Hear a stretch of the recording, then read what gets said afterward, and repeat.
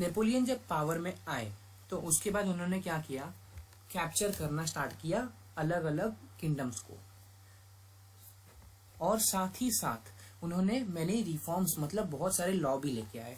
अब वो लॉ कौन से थे, बहुत अच्छे लॉ भी थे और थोड़े बुरे लॉ भी थे। अब वो लॉ हम देखने वाले। तो उन्होंने क्या किया, अबॉलिश किया प्रिविलेजेस। किसका प्रिविलेजेस? अरिस्टोक्रेट्स के, और साथ ही साथ क्लर्जी के। मतलब देखो, जो फर्स्ट स्टेट होती थी, जैसे हम लोग ने पढ़ा है फर्स्ट स्टेट और सेकंड स्टेट, तो क्लर्जी थे। फर्स्ट क्लर्जी में कौन थे? क्रिश्चियंस लोग थे, और साथ ही साथ अरिस्टोक्रेट्स कौन थे? जो राजाशाही परिवार थी वो थे। तो उनके पास क्या था, बहुत सारे प्रिविलेजेस थे, तो उनको क्या किया, कट कर दिया गया, हटा दिया गया। उसके बाद federal system, dues were abolished. तो फेडरल सिस्टम और ड्यूज वेर अबॉलिश्ड मतलब कि क्या हुआ, जो पुराने ड्यूज बाकी थे सबके वो हटा दिए, और बोला गया कि अब हम एक नया नेशन बनाएंगे और अब नई शुरुआत होगी।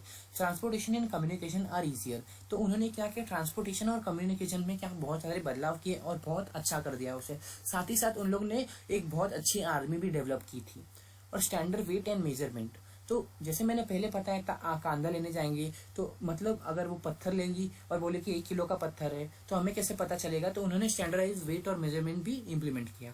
इक्वालिटी बिफोर लॉ, तो सब लोग लॉ के प्रति इक्वल है, कोई लॉ से ऊपर नहीं है। Trade barriers were improve.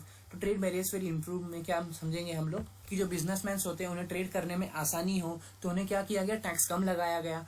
और उसके बाद अब देखो, जो अलग अलग कंट्रीज हैं, मतलब अलग अलग किंगडम के जो पीपल है, वो क्या करने लगे, ये देख के बड़े खुश होने लगे कि देखो ये तो नया आदमी आया है नेपोलियन, ये तो सबको अच्छे अच्छे राइट्स दे रहा है। तो क्या करने लगे, सब लोग बोलने लगे इन्हें हार्स ब्रिंगर ऑफ लिबर्टी, मतलब हार ब्रिंगर ऑफ लिबर्टी, मतलब कि हमारे पास ये लिबर्टी लेके आ रहे हैं।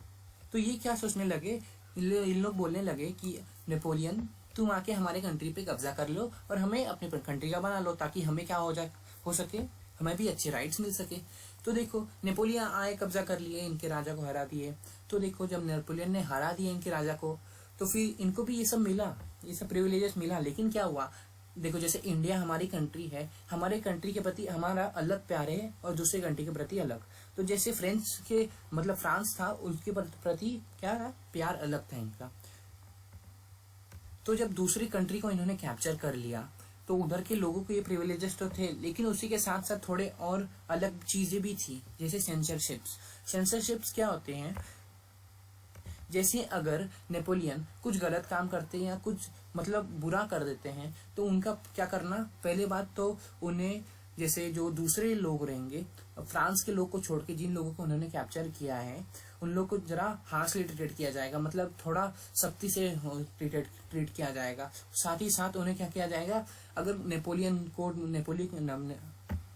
ने कुछ कर दिया या फिर कुछ गलत कर दिया, तो फिर क्या होगा, पेपर में, न्यूज़पेपर में, टीवी में ऐसा कुछ छापा नहीं जाएगा। और उन्हें क्या कर दिया, पूरा स्ट्रिक्ट कर दिया गया। साथ ही साथ क्या हुआ, women have no right to vote. तो ये तो फ्रांस में भी था, और ये पूरे जितना कैप्चर किया था नेपोलियन पूरे यूरोप को उड़ाने वाले थे, मतलब पूरे यूरोप को कैप्चर कर सकते थे। लेकिन फिर क्या हुआ था, एक वॉर हुआ था, उसमें वो हार गए थे, वो आगे देखेंगे।